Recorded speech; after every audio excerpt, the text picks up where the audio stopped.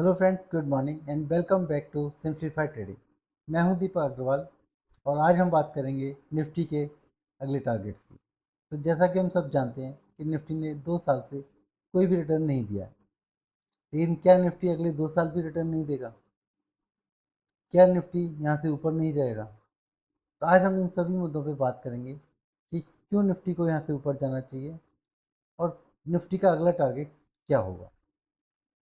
तो जैसा कि आप सबको पता है कि निफ्टी ने जो अपना हाई लगाया था वो लगाया था सितंबर 2024 में, लेकिन उसके बाद से निफ्टी ने एक काफ़ी बड़ा लो दिखाया और ये लो आपको दिखाया निफ्टी ने समथिंग अराउंड 17%। तो अगर हम इसको चेक करें तो ये आता है हमारा 17% का लो।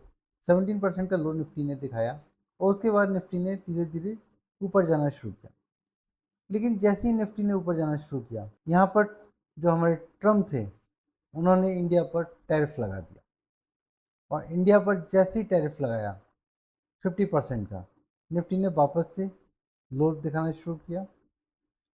और फिर जैसे ही वो टैरिफ की जो न्यूज़ थी वो थोड़ी सी ठंडी पड़ी, निफ्टी ने ऊपर जाना शुरू किया और फिर इंडिया के ऊपर 50% का टैरिफ लगा दिया गया। उसके बाद से निफ्टी फिर नीचे गया और फिर ऊपर गया और जैसे जैसे न्यूज़ इधर उधर होती रही निफ्टी ऊपर नीचे होता रहा।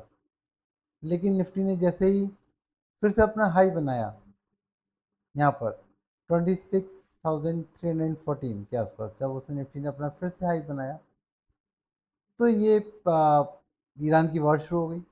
उसके बाद फिर से निफ्टी अपने नीचे चला गया और अब धीरे धीरे वो निफ्टी फिर से रिकवर करना शुरू कर रहा है। तो अगर आप देखेंगे कि जो निफ्टी ईरान वॉर के बाद से रिकवर करना शुरू कर रहा है वो अपने हायर लोस बना रहा है। जैसे कि आपने देखा होगा पहले जो इसका लो था वो समथिंग इसने बनाया 22,215। फिर जो लो था वो उसने यहाँ पे बनाया 22,000 या 23,000 के आसपास। और फिर जो नया लो इसने बनाया उसको बनाया 30,600 के आसपास। तो ये हमेशा अपने लो से ऊपर ही रह रहा है और अभी फिर से ऊपर जाने की कोशिश कर रहा है।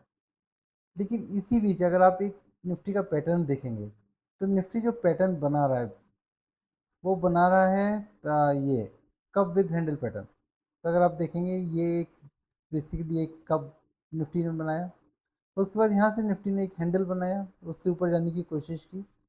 लेकिन टैरिफ और वॉर की न्यूज़ की वजह से ये वापस कप विद हैंडल पैटर्न बनाता रहा और नीचे आता रहा और अब ये फिर से अपने वापस हाई की ओर जा रहा है।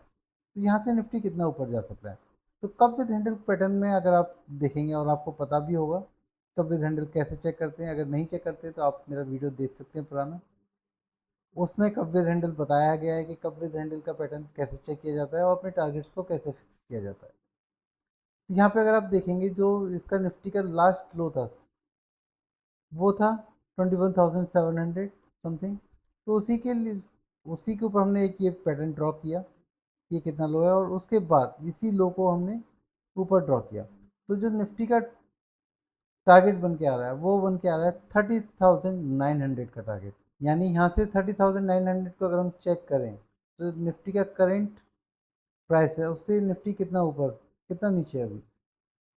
तो अगर हम आपको देखें यहाँ से ये कितना ऊपर जा सकता है, तो ये जा सकता है समथिंग अराउंड 28%।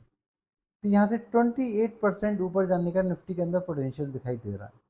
और ये टारगेट कब तक अचीव हो सकते हैं?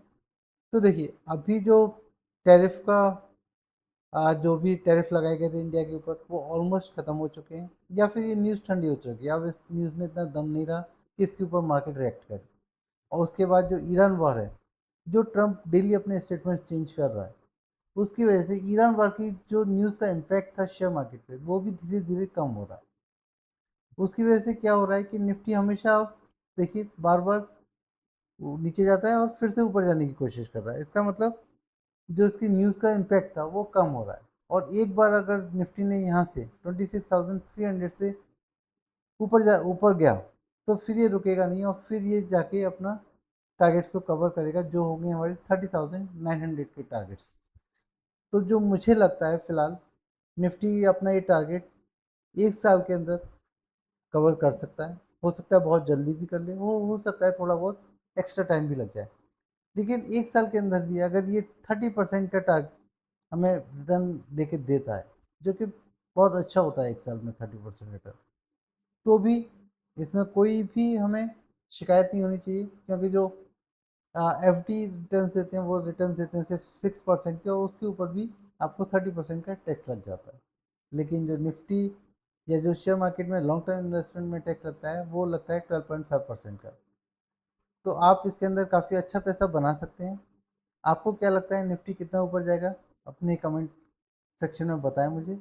और अभी तक अगर आपने हमारा चैनल सब्सक्राइब नहीं किया है तो प्लीज़ इसे सब्सक्राइब करें, क्योंकि डेली मैं आपके लिए ऐसी ही वीडियोस लेके आता हूँ जिसमें आपके पास एक इन्फॉर्मेशन मिलती है आपको कि अपने टारगेट्स कैसे चेक करें, अपने स्टॉक्स की एनालिसिस कैसे करें, और इस तरह की इन्फॉर्मेशन के साथ आप अपनी स्टॉक की एनालिसिस कर सकते हैं। आपकी नॉलेज शेयर मार्केट में बढ़ती है और आप अपने अच्छे रिटर्न्स बना सकते हैं। तो थैंक यू, चैनल्स को सब्सक्राइब करें। तब तक के लिए गुड बाय, कल फिर मिलेंगे एक नई वीडियो के साथ।